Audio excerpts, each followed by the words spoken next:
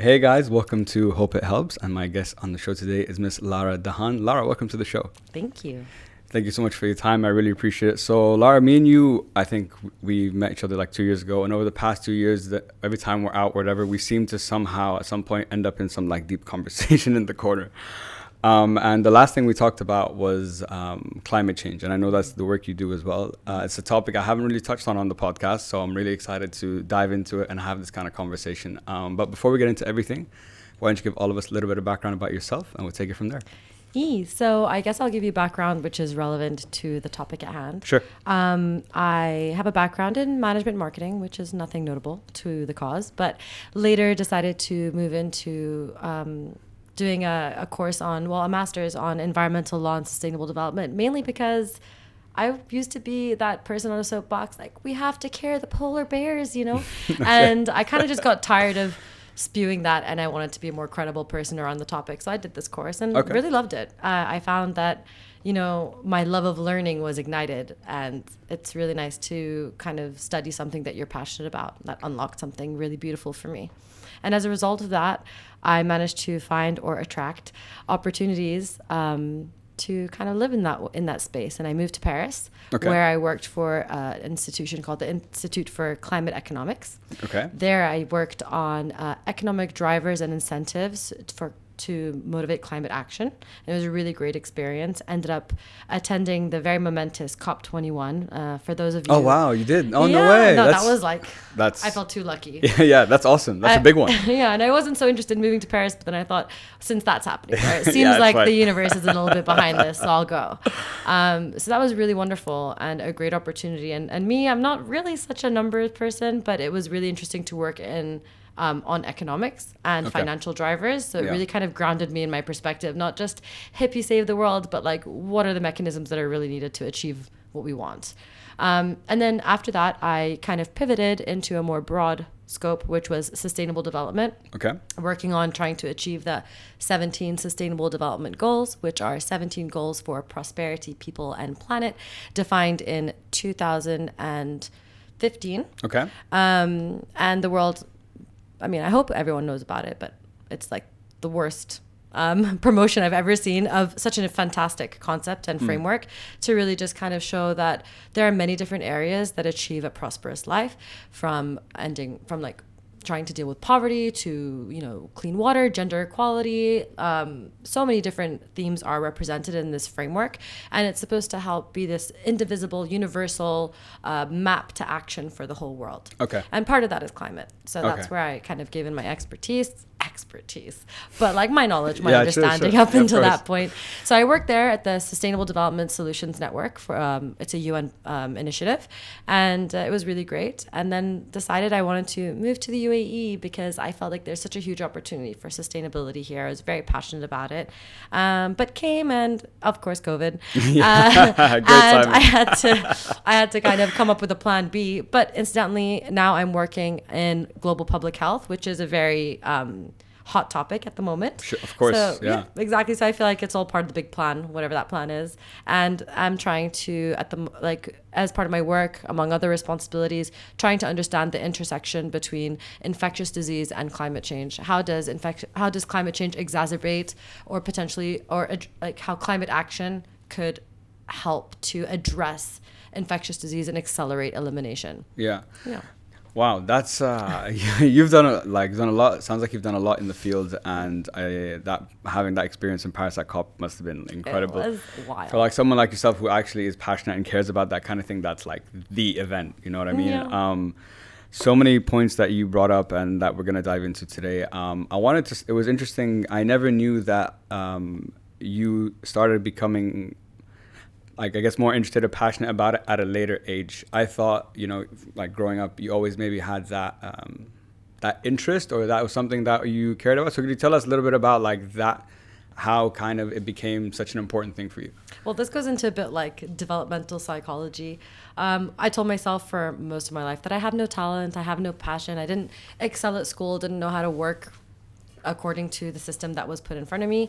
So I struggled a bit, but then noticed there were areas where I was passionate. Like when I did my Spanish oral exam when I was like 15, it was about climate. When I spoke at the school assembly, it was about ending poverty. And it always ended up being around these social topics. And it only in later life where, you know, the universe wasn't handing me everything I wanted on a silver platter. Well, I was like, oh, maybe I have to put some effort. And someone, a very lovely person, dear to my heart, gave me a kick in the ass and said, excuse me, and said, just do some studies, just invest yourself, like really put some action behind what you want. No one's going to just give you the keys and tell you, go save the world. Yeah. You're going to have to invest something in it. And that's kind of what started me on that trajectory. So it's been a passion my whole life, but an unrevealed one until a later age. Yeah. Yeah, I think that I think that's the key word, unrevealed. It's so funny that, you know, when you're 15, it was about climate. When you did all these kind of talks, it was about these social issues. So it sounds like it was always a part of your life. You just weren't maybe aware that, like, oh, this is actually what I really care about. And that I could do something. Exactly. Yeah. So I wanted to touch on this topic this question because I think it's interesting. So when it comes to something like recycling, for example, okay, do you believe that every little bit counts? You get what I mean with that question? It like depends that concept, right? Totally you know what I mean? Yeah. I totally get it. What are your thoughts? And I think it depends what level we're talking about. Do you want to feel satisfied in your daily life that you're contributing? Then absolutely recycle. That makes you feel good. You're actually, like I said before, I took actions to make me more aligned with my values. Sure. Yeah. And if you want to recycle, that's aligned with your values, it's really the statement that you're making to yourself and to your community that this is important. In the big grand scheme of things, absolutely not. It is probably at the very end of the rung of the ladder to say what was going to actually change or impact climate. One amazing and revelatory statistic I came across many years ago, which probably still holds true, is at the end of the day, you've gone to the supermarket, you've bought a toy. I bought a Barbie, for example, for my cousin or whatever it may be. I bring it home, I take the Barbie out, I throw the packaging away. Well, not even the packaging. I put it in a trash bag filled with other trash. Yeah. That trash that I put on the sidewalk is 1% of the total trash it took to create that bag. Yeah. You know, 1%. So yeah. Whatever you're doing, it's nice and it's good for you. And I think it creates a really good relationship and statement for yourself. But no.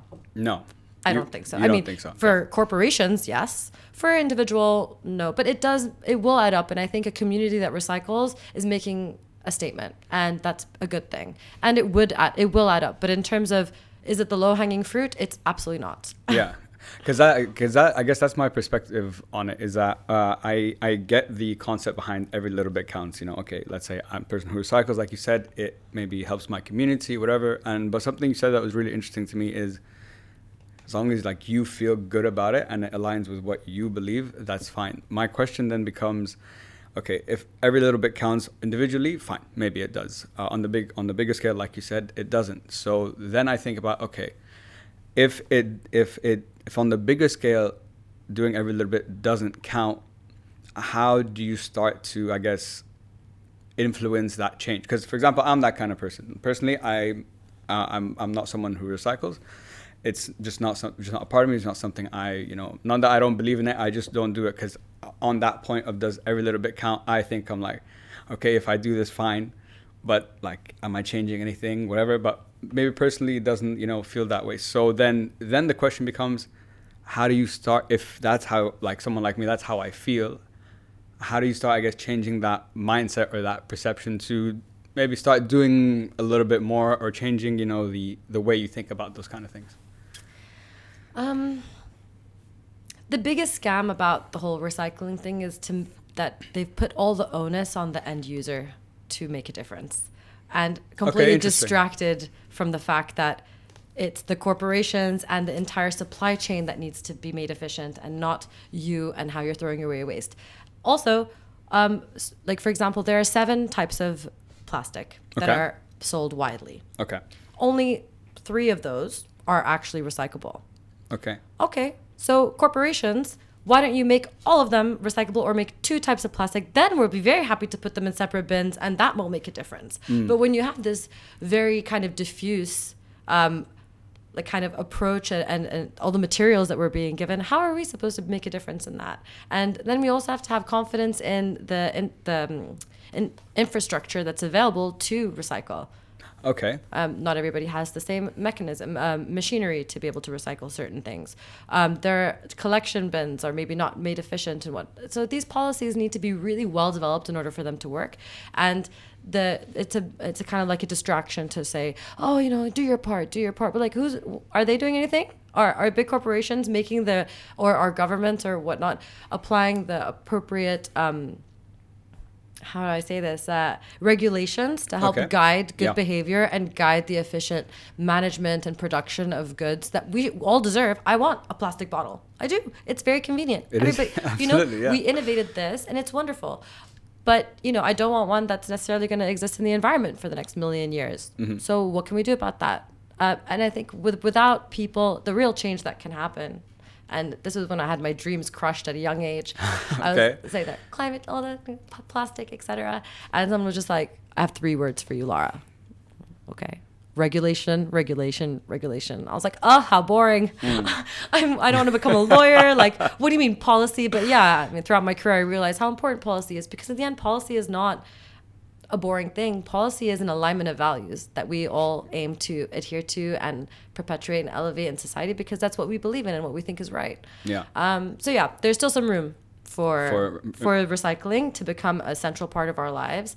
But I think it starts with a trifecta of governments and private companies and people all agreeing on what needs to be done together and then making that change. And that applies to pretty much every climate issue. Yeah. You can't move unless you have all 3 in agreement, and that's the hardest thing to do.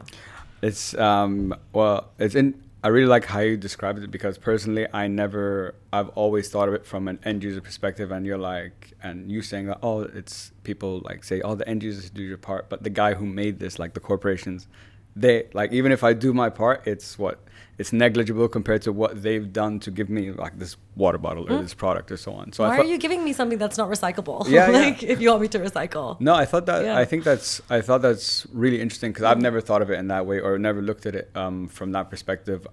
One thing that I think has been a key thing is regulation. Now, when we're going to dive into the fear aspect a little bit later, but when we're talking about regulation, so you're putting in like certain laws to align more with like a green initiative, or to become more environmentally conscious and so on, right?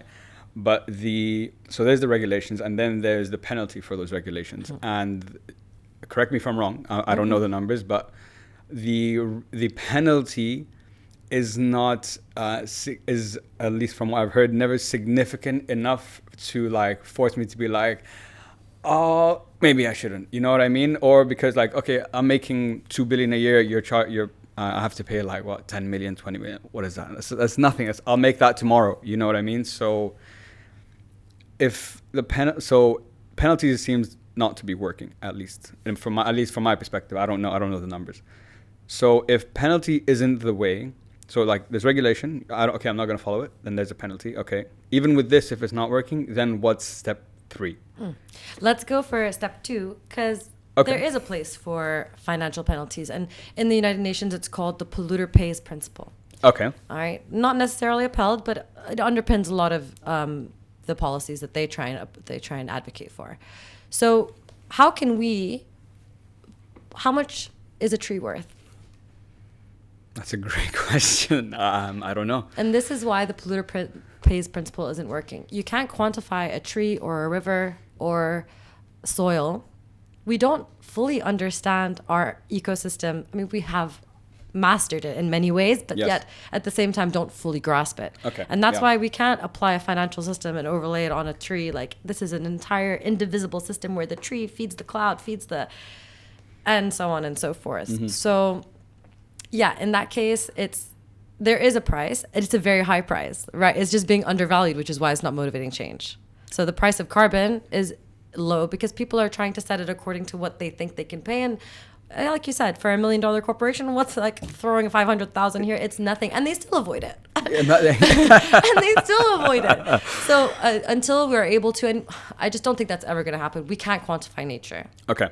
I think that's fair. Yeah. That's a fair point. So I like that people are trying to, because that's forgive me, masculine capitalist attitude that's like, put numbers on everything and things will organize themselves, create incentives and financial penalties. Yeah. And it has driven a lot of movement. The reason why solar panels are cheaper now is because of incentives to do so. Yeah. So it's great, but it's not going to be the catch-all approach to fix this. Yeah. And so the third thing Yeah. is honestly the climate change issue. It's not an issue, it's an opportunity. An opportunity. Yeah, it's an opportunity for us to address what I will call runaway capitalism. So capitalism has been fantastic. Oil has been such a driver for innovation and prosperity. I am so grateful to its contribution to who we are and what we've managed to do and become.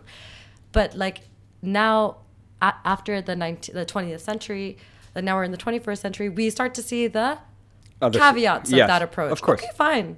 Like, think about your own life. You try something, then you realize, oh, I made some progress, but like I should probably fix a couple of things if I want this to keep going and I want to keep growing and evolving. You have to do the same with this. But unfortunately, just the way the system is kind of built, it makes it really difficult to evolve and change. Things are pretty much set in their ways in terms of we want growth, when, growth might not be the best marker for prosperity. Certain amount of growth, absolutely. But like this expedited growth, actually, eventually, in many graphs, many scientists have indicated that, there is a plateau of when growth meets benefit. And yeah, of course. Yeah. And we need to just learn where that is and start to change course. But right now, we're just keeping on the up, and the up is not going to work in a finite system. And that's the rub on climate. Okay. I think you made a really good point about how the perspective about it, how it's oil, like you said, I think it's a great example, got us, I guess, to where we are today. But now we're in a new game now. All right. This is a situation. Okay. Oil is still very useful, very helpful, but now we know more about lots of other ways that we could do it. They might not be as cost efficient. It might take longer to do. And those kind of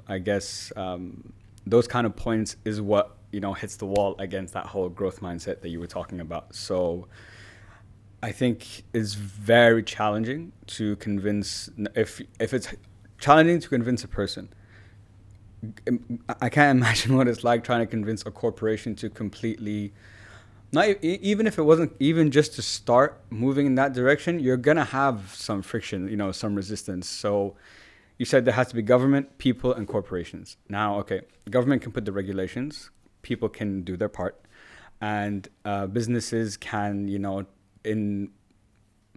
try to create more sustainable initiatives and make their products maybe more environmentally friendly. So even with all those three, I can't find, in my mind, I don't know, you would know more. And I don't see a way that all three are actually going to be like, or an example of that at least. So it's not going to be a positive. Okay, yeah, that's fine. But that's so fine. The role of government is to regulate. Yeah. The role of the private sector is to innovate. Yeah. And the role of the people is to create demand. Okay. All right. So for example, Nestle, this is completely just, I know this is true, but the facts are not. But this happens everywhere across the world. So let's take it as a myth or an allegory or something. Nestle builds a factory in Minnesota. Not factual. Maybe it is. But this is basically what happens. Nestle builds a factory. They pollute the water system because they're using it to, manage their machinery for whatever reason. The environment starts to degrade. The people in the town, their water is polluted. They're upset. They're angry. So 10,000 people over 5 years fight tooth and nail every single day. Bad publicity for Nestle, petitioning the government, etc. And what does Nestle do? Completely greens that facility. Okay. Thing is, there's so many issues going on right now, and corporations will respond. If people don't buy their product, they're an animal like that. They only supply and demand. Very simple, yeah. So, that's true. But there's just too many issues and too much, I can't find a better way of saying it, but bad behavior. Okay. That there aren't enough people on the planet to fight all those causes for 5 or 10 years, So this is the issue. Like, yeah, we can totally do it. Every human being and groups of people have the absolute capacity to make magnificent change. Absolutely. But like, we're a bit inundated and understaffed, and we can't possibly do it all on our own. So we need something else that's going to help drive that change. So that just to take us a little bit further of the way, so that then corporations, then we can start to maybe elevate our voice to say what we need and what we want, what we stand for. Yeah. And when I think that's a great example of how the like supply and demand, for example, and in that example that you use, whatever company it is, if your customers now are starting to demand these kind of things, whether government is in it or not, you're going to want to do that because it's in your interest to feed the growth that we were talking about, that growth mindset that we were talking about.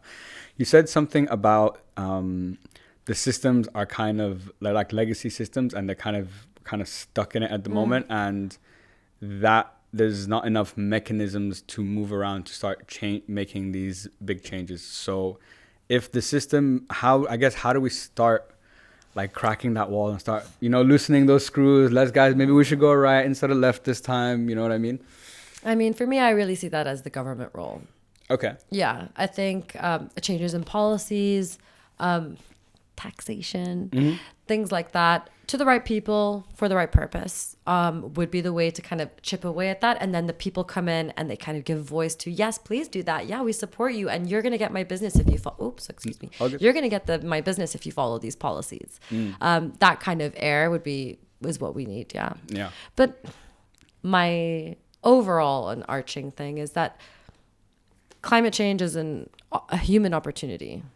Everyone's really fear-mongering right now about it. Yeah. The thing is, climate disasters have happened since the dawn of time. True. There's also, and the discord, like in the climate space, is really exhausting. Some people are like, oh, everything's cyclical. Like everyone's just trying to make you afraid. Other one's like, private corporations are killing the planet, and we're all gonna die in like 10 years, and everything's gonna be underwater. I'm not saying either are like. None of those arguments are actually relevant to me overall because they're fear-based. Climate is something is important to us. Our environment's important to us. We thrive only in a healthy environment. Right now, our environment is sending indicators to say it's not healthy. Whether that's cyclical or accelerated or not, it doesn't matter. We are being presented with an issue, and we need to respond. And part of that is to innovate beyond what we've been doing in the past. Whether climate change existed or not, it'd be better to have clean air. True, yeah. Whether climate change existed or not, we should manage our water better. We should try and yield more crops. We should, treat animals with respect. Like, these things are not climate dependent. We should be doing them as part of our evolution as human beings. Yeah. So that's really where I want the climate change discussion to start to go. Like, everyone's going to die. Yeah. No one survives this place. Yeah. Newsflash, spoiler alert. How do we want to live? Yeah. Do we want to live trying to make the world a better place, make our lives more fulfilled, more prosperous, etc.? Or do we want to, scramble and succumb to these issues and never really take the opportunity to come together and do something beautiful with it? Yeah. It's interesting that you said, you look at it, I've never spoken to anyone or seen something that someone tells me, like climate change is always like a negative thing. It's a challenge that is bad. Like it's a problem I have to fix, but you see it as an opportunity, which when you think of it, it's the same question, but you're looking at it from two different lenses. Looking at it from this way is much more productive, I think. And I think it kind of opens your mind to like start like looking at it in a different way. And obviously, as you know, changing people's mindsets is probably one of the hardest things to do in the world. And what we talked about last time, which I thought was interesting, and you just said it now, like the climate change discussion is exhausting. And the word you used last time we spoke was, there's no middle ground.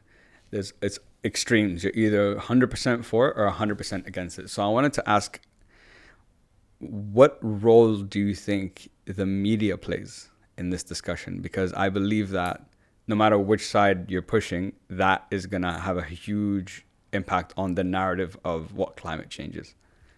I mean, the media, if we've learned anything over time, the media used to be independent. It used to be news, like, oh, puppies were born in the supermarket. I wish the news was ever like that. Like, imagine but now breaking news. Because of sponsorship and everyone's captured. We're getting bites and they're curated. It's not, they're not giving us an opportunity to critically think about what we're consuming and what we're learning.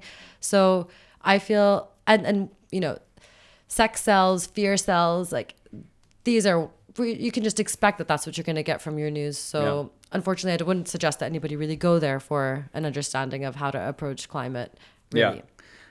To know that there's a flood going on or there's drought going on, to alert you of major issues, absolutely. Hopefully they drive action.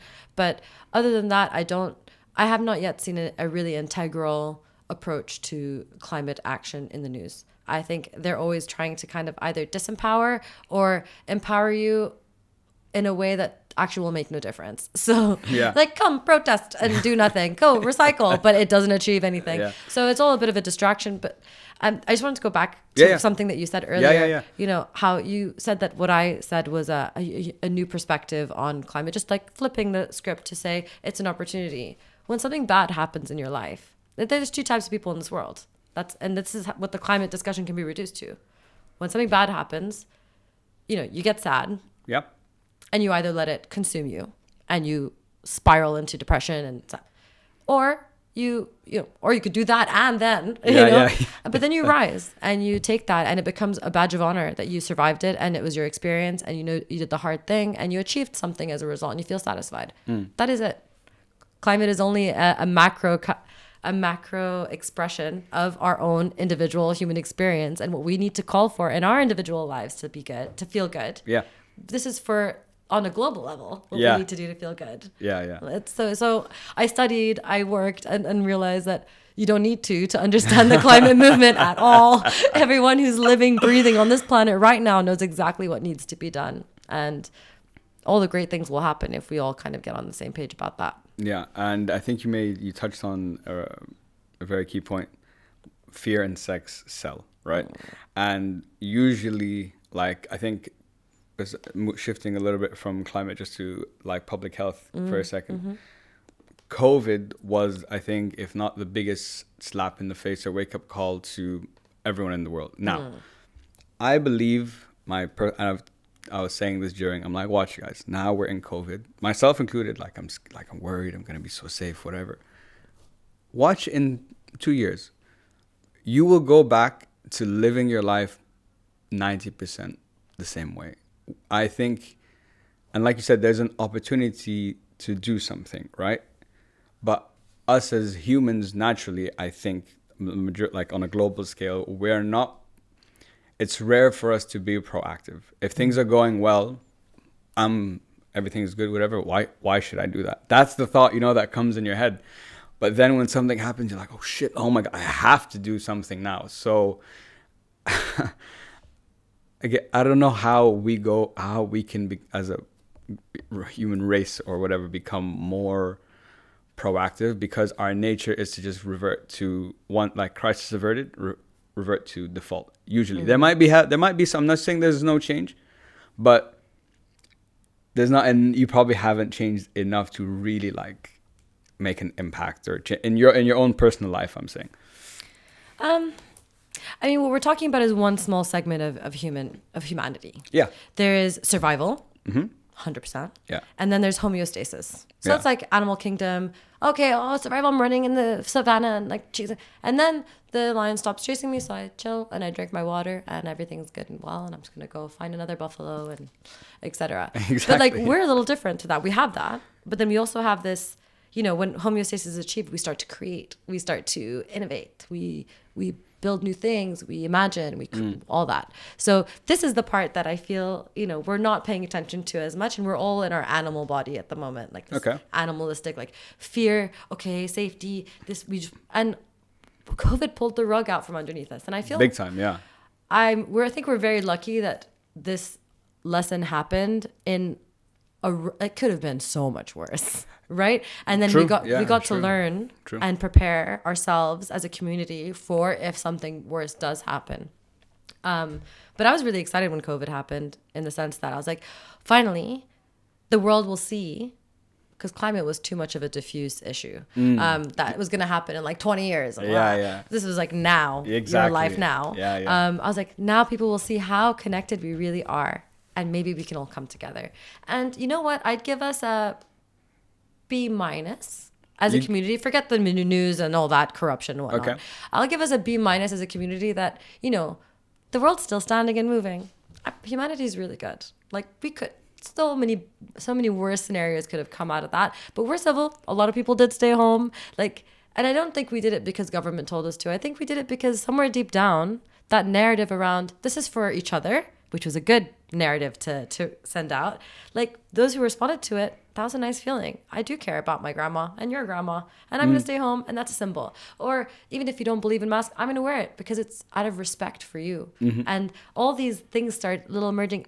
They're not very valued now, but I thought that they were very beautiful expressions of our humanity. And in other cases, there were some negative things. But I think on the general population level, we did very well. Interesting. COVID. Give us a B minus. I don't think I'd give us a grade that high. I would have thought, you know, I'd say I'd give us a C. I think we passed it decently well. All the things you're talking about, in terms of what it did from a community aspect, how we started to think, like, take that extra step, maybe like, okay, let me wash my hands, your grandparents, whatever, you don't want to do it. So there's a lot of, like, all the things you said are beautiful and it's great, and that's what did happen.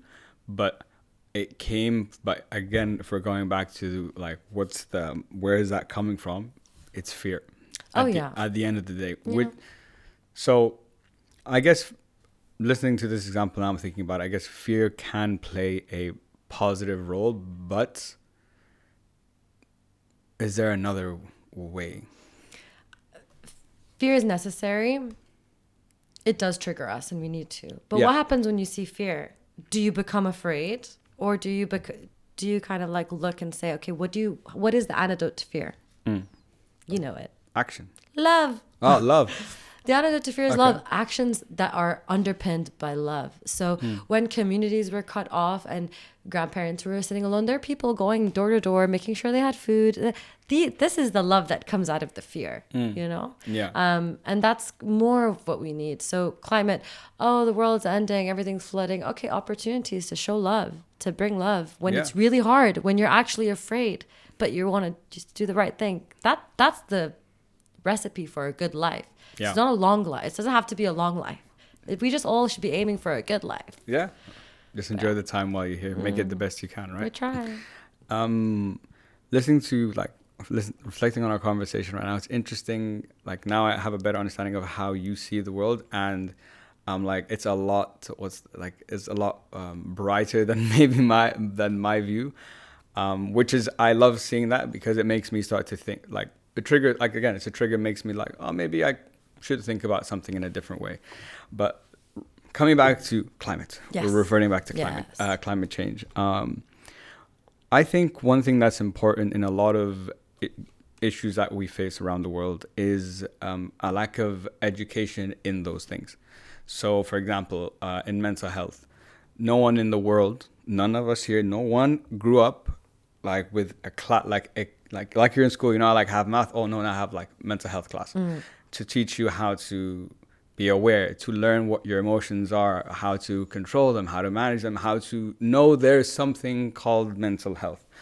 That's just one example. And I think that also plays into climate change in a way, because like growing up, like looking back, there wasn't a class that really showed me the importance of it and why we have to like care about it. So my question to you is, I guess, what's the role of the classroom or education when it comes to climate change? What would you say?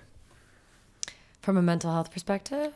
Just generally? Generally. I'd like to answer from a mental health perspective. Yeah, go ahead. Climate change, the way it's presented, and even, I'm not trying to say like be positive, like it's scary dying in a tsunami, like while there's a forest fire, while there's this, while there's that, is a scary thing. I'm not gonna lie. Like, yeah. And I do have fear around that.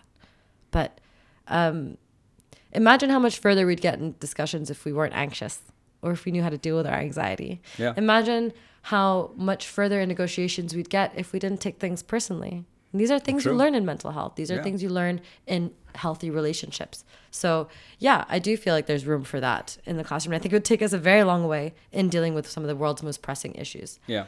What else in school? I think cultivating a relationship with nature. Also cultivating an understanding of philosophy.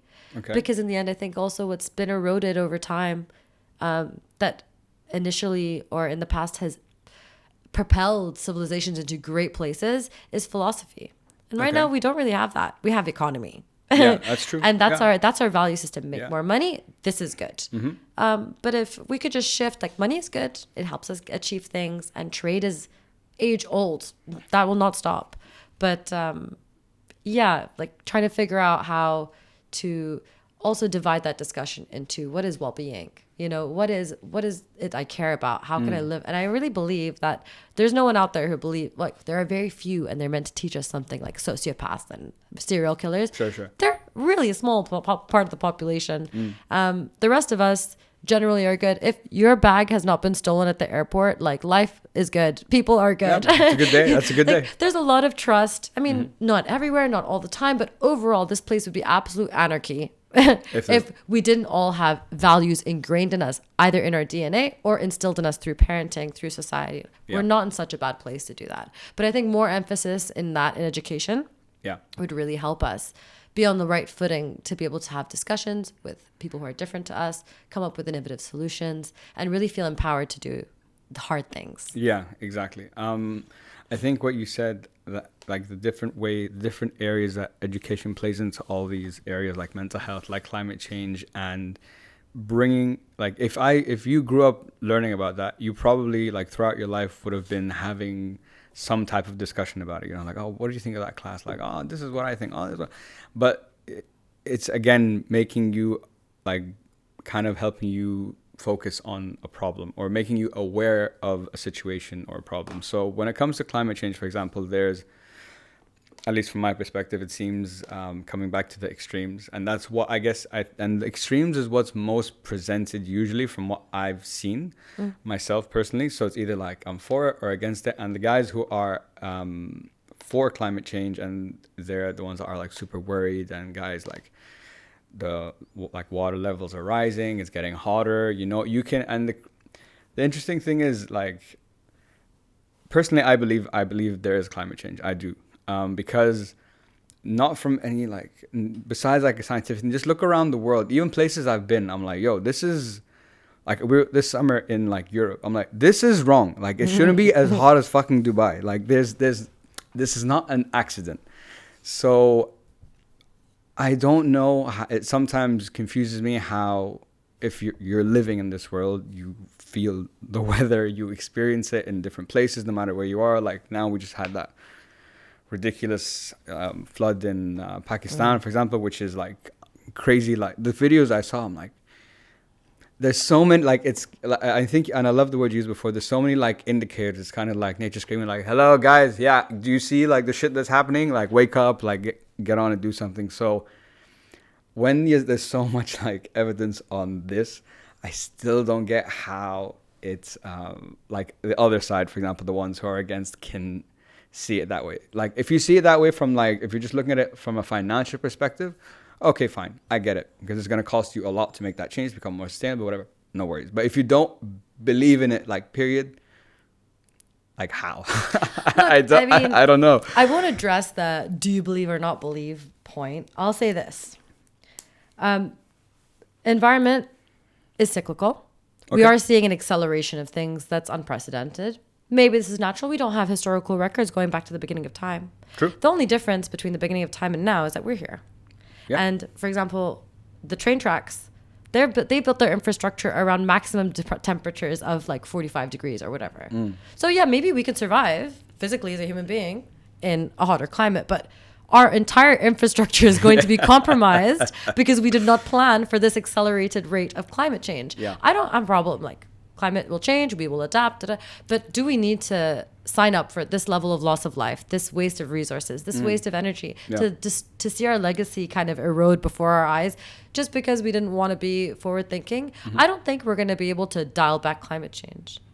Like, if the 2 degrees scenario is legitimate, no one has an accurate climate model, FYI. So either they're grossly underestimated or overestimated, we don't know.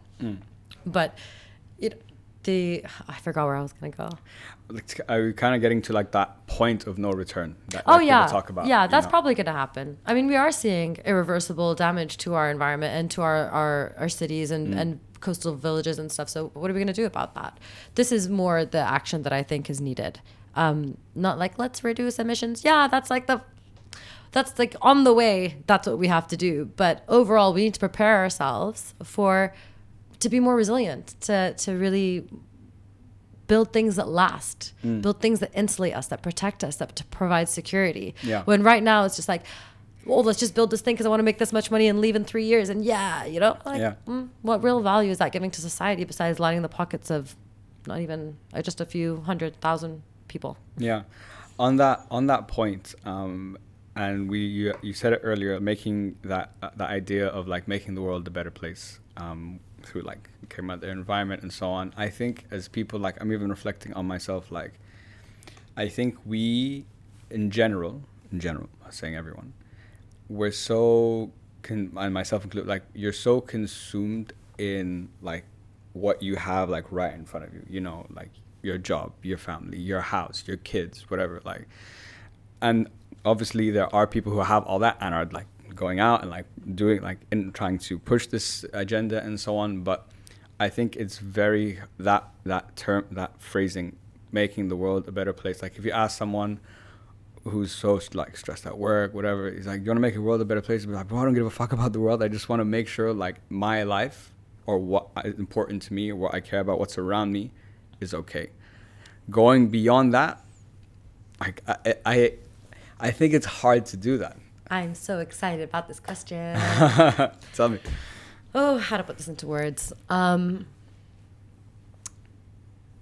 What is it like? Make it a little bit better place is way too Care Bear. Yeah, I say it because essentially that's my overarching thing. But what I really believe the opportunity is to make your life better. What makes life good? And I don't think anybody can really deny that when you do something for another person, it feels good. Yeah, sometimes yep. If you feel like you have the time and you pick up a piece of trash and throw it in the bin, you kind of like pat yourself on the back, like I did something. You didn't need to. No one needs to be anything. Everyone can be whatever they want.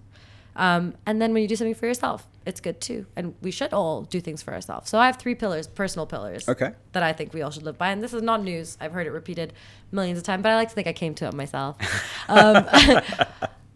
What is it to live a fulfilled life? Mm-hmm. It's actually based on service. Yeah. Acting in service of yourself.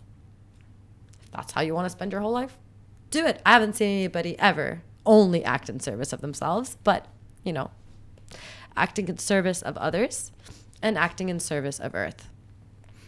Earth, self, others. Once all those 3 things are satisfied and you're doing them in whatever proportion is good enough for you, I think the world will be a better place. And it doesn't have to be about climate.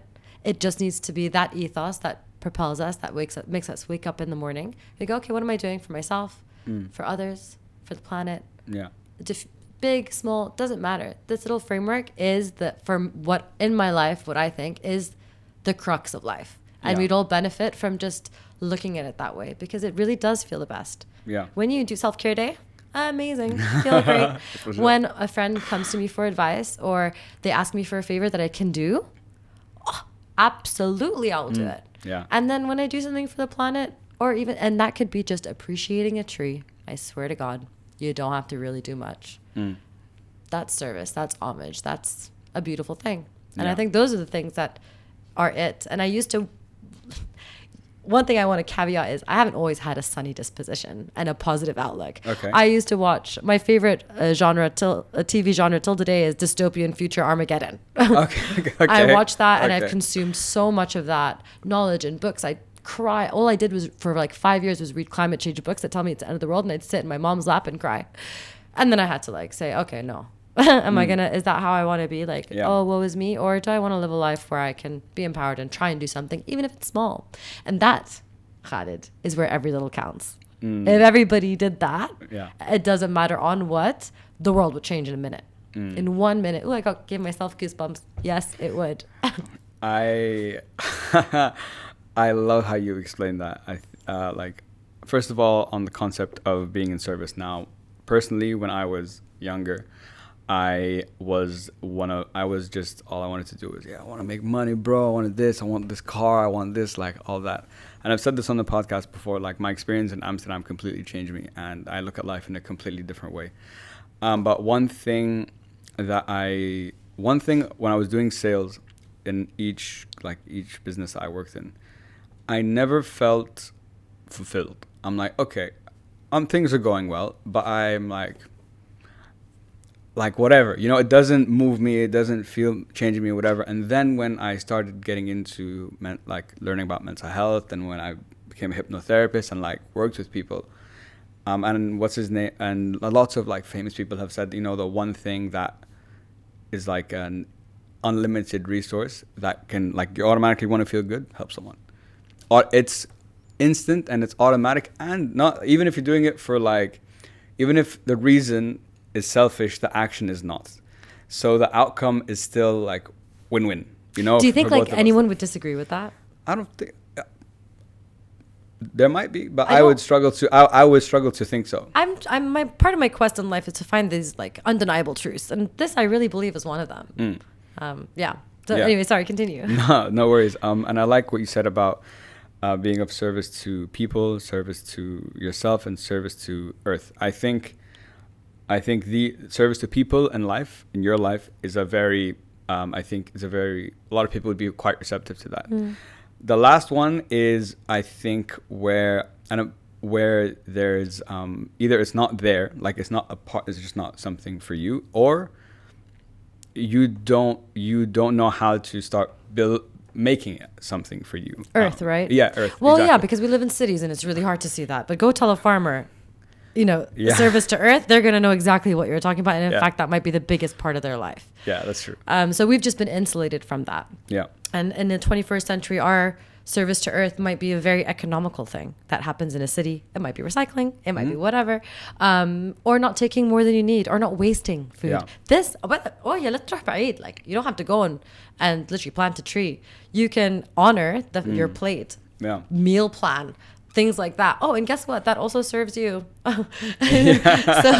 all that, there are many different ways to be in service to Earth, and it's our job to be creative. I can't think of every possible scenario, but I don't think that it is hard for everyone to find something that makes them feel like they're contributing to their home. This our collective home. Yeah.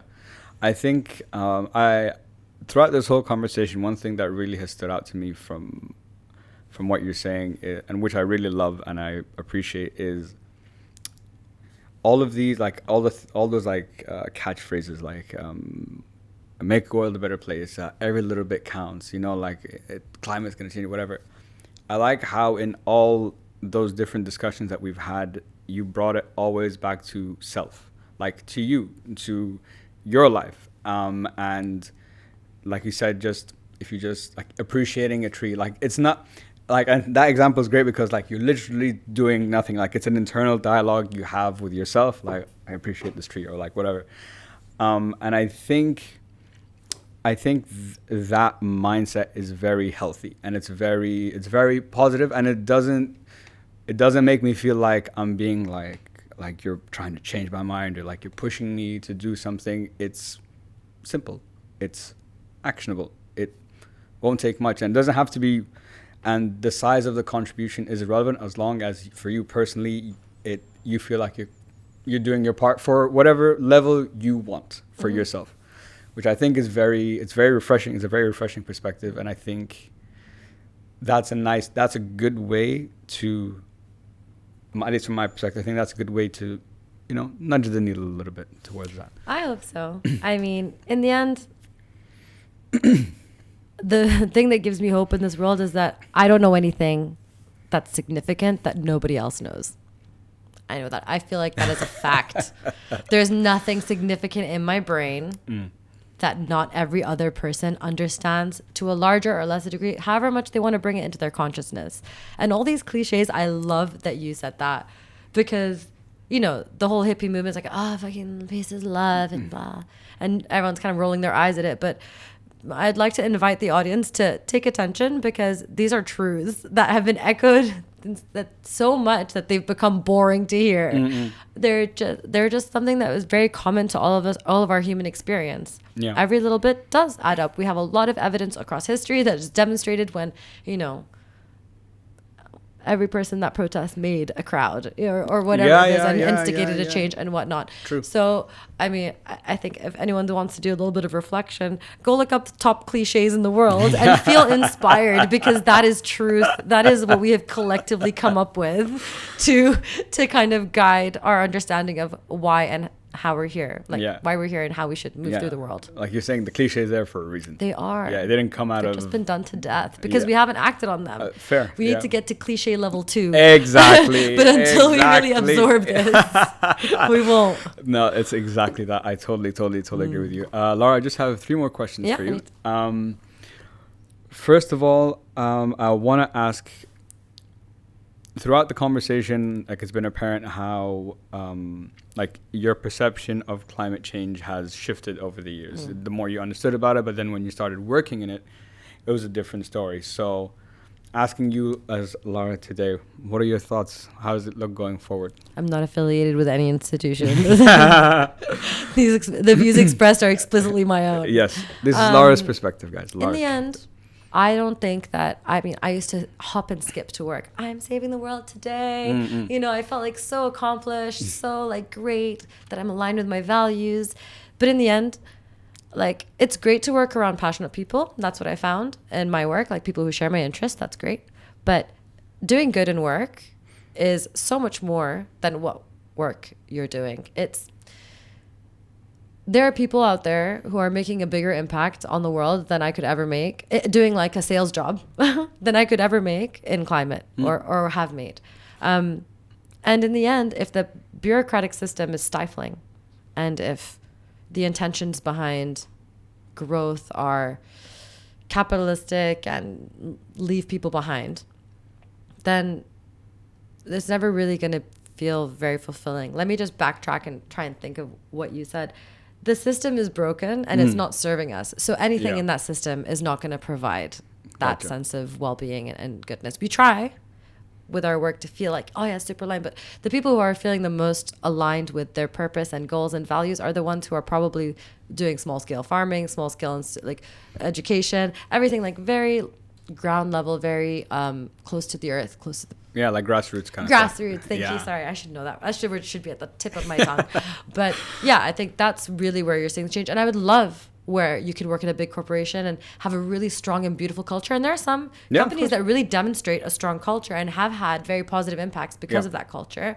But overall, I don't think that the general economy and those that are emerging in it and thriving in it are necessarily choosing to uphold a very strong culture and values, even though they have immense amount of influence. And I would love to see them do that. We would change. We would be inspired by them. And there are brands that inspire. For sure. And I would love, I mean, that's the future. I want to see that happen. Yeah. So brands that have more of a, but I think nowadays, like, I think I can even realize over the last like 5 to 10 years, I think as consumers, let's say, our mindset has shifted. Like a lot of quite successful brands nowadays have a social cause. Like, not only do I like, okay, you have a great product. If your product's shit, I'm not buying your thing. But you have a great product and you like do something like every t-shirt, you know, we give a book to, you know, a child or something, like something simple. But I think people are more attached to that nowadays because then they feel kind of like they get that maybe little like 1% feeling of fulfillment. Service. Like, I know, like, okay, yeah, I'm getting this because I like it and it looks great and I can't wait to wear it.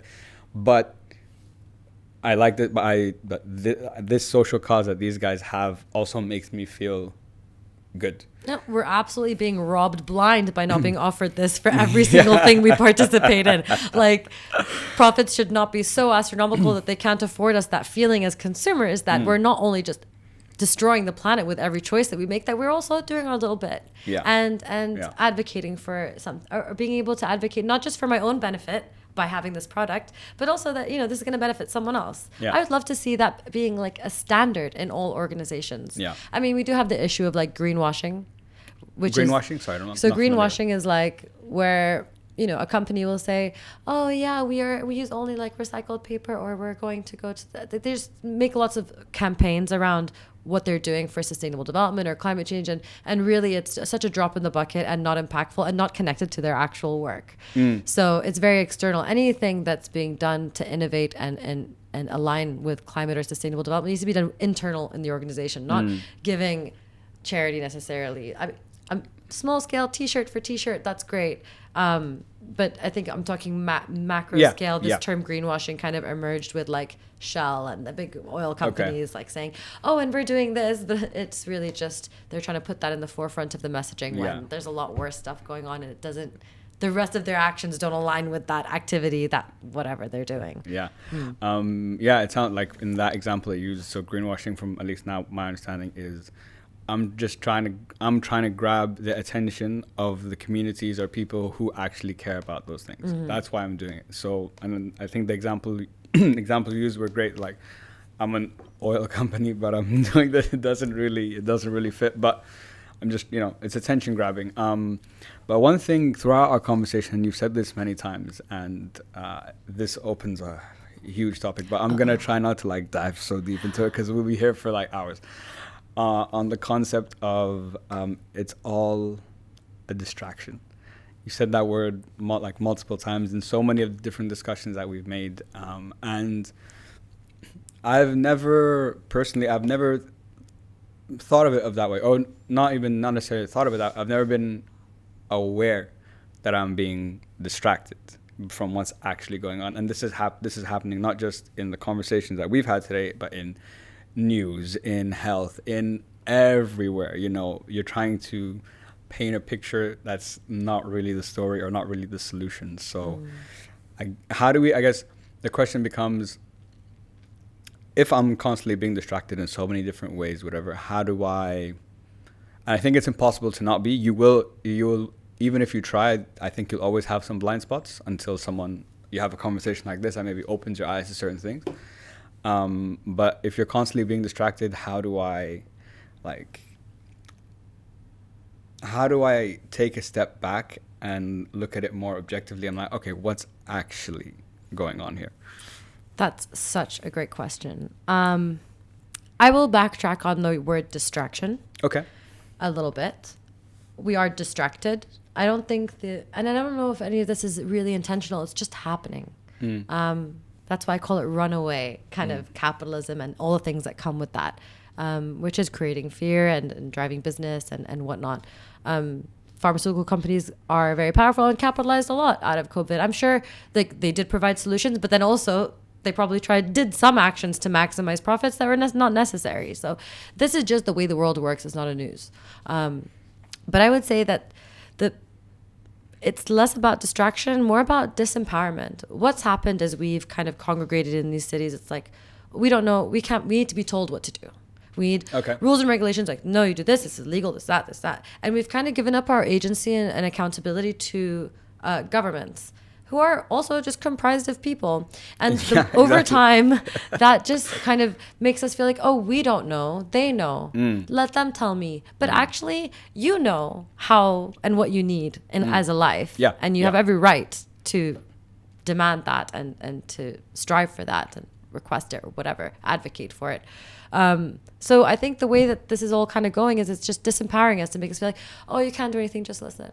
So like the best thing to do out of COVID would have been, oh, there's a health crisis, I need to be healthy. But instead it was like, government, what should I do? What should I take? And it's great that we have that messaging and support. And I think it provides a lot of security and stability mentally. Like I know that living in the UAE during that time was amazing because everything was very clear, black and white. This is what you're gonna do, and nobody disobeyed. And I actually loved it. I loved to see how people were respecting the rules. Yeah, to be fair, everyone did. Yeah, and it made me think like, okay, so in another situation, maybe we can also be as respectful and as successful.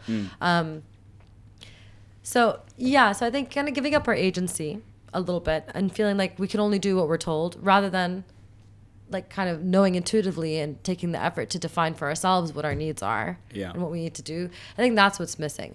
So everyone's watching the news, cool. But are you critically thinking about how that applies to your life, whether you agree or not? Not to go and fight on Twitter, but to decide, how does this information help you, hinder you or present an opportunity in your life to do something different. Yeah. And I think that just that little note is not being said and people aren't noticing, and we're just kind of zombie mode. I'm not saying I'm free of this. I'm the same. Zombie. It's easier not to think. Let someone else think for me. Why? That's true, yeah. But if we all start thinking for ourselves, considering that we all, as we mentioned before, have some core truths, bring out those core truths. Yeah. That'll help guide us in hand with government, enhance our ability to create demands so that government and corporations can respond. And then, guess what? We made the world a better place.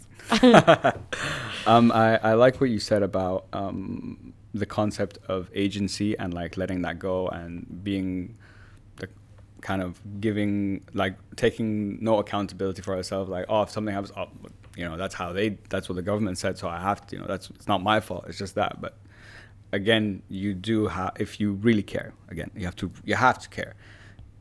To go learn, to go take that knowledge, to think about this stuff critically. Like the news example you said, something my dad always tells me. So personally, I really hate watching the news. I really, really hate it. And that's why when you said earlier, like, oh, news, puppies, I'm like, I wish it was ever that. Once upon a time. But it's always so like negative. It's always, literally, I can't remember like watching the news one day and being like, oh, that didn't make me feel like shit mentally, or make me empathize or feel bad for people in different places who are less fortunate or have struggled or whatever the case might be. And my dad always tells me, he always says, like, you have to read. He's like, everything that happens in the world, and kind of touching on your point, because we're all connected, everything that happens in the world is going to affect you here today. Like he'd use the example of like the whole oil thing now, like look, like the prices here, for example, that we're paying, it's gone up like 50%. He's like, yeah, see, because of what's happening there in Ukraine, for example, look at its effect. He's like, look, it's affecting your life like here today. This is, I know, just a side note, but just based on like what you were saying, it kind of triggered like that. Take it back to climate. Yeah, what's happening over there is going to affect you. Yeah. Like, a flood in Pakistan or in the Philippines will create mass migration, and people will need to move into cities, try and find work, creates more competition, more pressure on resources, more pressure on infrastructure, and it will affect you. Yeah. Everything. We are now way too interconnected for us to believe that anything is away. Anything is over there, like nothing. You don't throw anything away. It's all sitting in the Pacific garbage patch or underground or what. Like there's no away. We're all here on one place, and we're so interconnected now that you're gonna feel the ripples of every action. And it's a really good point. I don't know if news used to just be kind of matter of fact. Now it's very emotional. I think that's the difference. And in terms of good news, for so many years I wanted to start like some good news network, and I'll tell you what, they exist. There's papers that just, Upworthy is probably the most popular one. Okay. That they try and promote good news so that you have this psychological relationship with what's going on in the world. That's not necessarily doom and gloom. And that kind of puts you in such fear that you want to give up your agency because how can you possibly tackle climate change? Like, tell me what to do, big government. And then these little stories kind of give you little impressions that, people are capable of, feeling good, making change. You don't have to worry about the big problems. You can just work on your own and things will ripple and become better. Or at least more tolerable. But yeah, so no, I don't see that. I don't know if there's ever been a time where the news wasn't operating with some form of agenda, but that's okay. We just have to have an agenda of our own as well to complement that. That's a good point. News can be news. It can be and take whatever shape it takes over the many generations. But what are we doing? How are we receiving that news? That's the question. And we're not currently tailoring that or actively engaged in how we're absorbing it. I love how you brought the example back to climate change. And again, like the example that you just used, like with the flood in Pakistan, for example, and how like people are going to now move and that's going to create this and this and this. And like my train of thought would never like go to that extent. But listening to you say it, I'm like, God, actually, she's right. Like that is what you don't have a choice. That is what's going to, like on the big scale, that is what's going to happen. And on the point that like we're all like to believe nowadays that anything that happens in the world is not going to affect you in some way is, I think, naive to think. But also, I'm speaking myself here, honestly, guys. This is not like if it's as long as it's like, even if I'm not thinking of how it's affecting me personally, and I think maybe there's a lot of people that feel this way. If it's not like here, like in like here, like for example, outside my house, like, oh, okay, I'm like, it's fine, you know, like, like we're good, you know what I mean?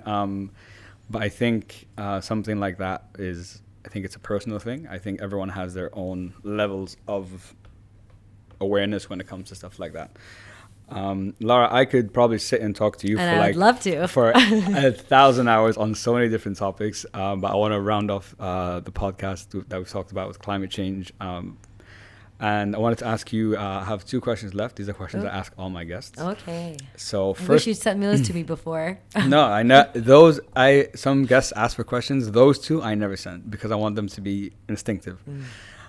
So if I ask you, Lara, looking back, either personally, professionally, or whatever, if I ask you the question, what are you most proud of for yourself? What would you say? Oh.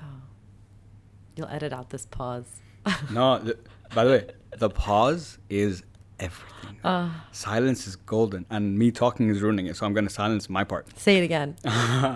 So if I ask you, Lara, what are you Most proud of? What are you most proud of for yourself? What would you say? Honestly, just believing in myself. I don't always believe in myself, but the times that I have has led to some really wonderful things. And I hope that everybody gets a chance to believe in themselves either every day or at least sometimes. Yeah. Hopefully more times than not. And I think I relate to that like 100%. I think everyone listening can relate to that in some way or another. And I think that's a beautiful thing. That, yeah, it's not always, maybe you have there are going to be the down days. This is life. It's not all good. You can't always be 100%. I believe. There's going to be doubts. There's going to be, I've experienced this with like the work I do, with the podcast, whatever, but here I am and we're still doing it because I love it. And for my last question, Lara, what is the message that you'd like everyone to take home with them today?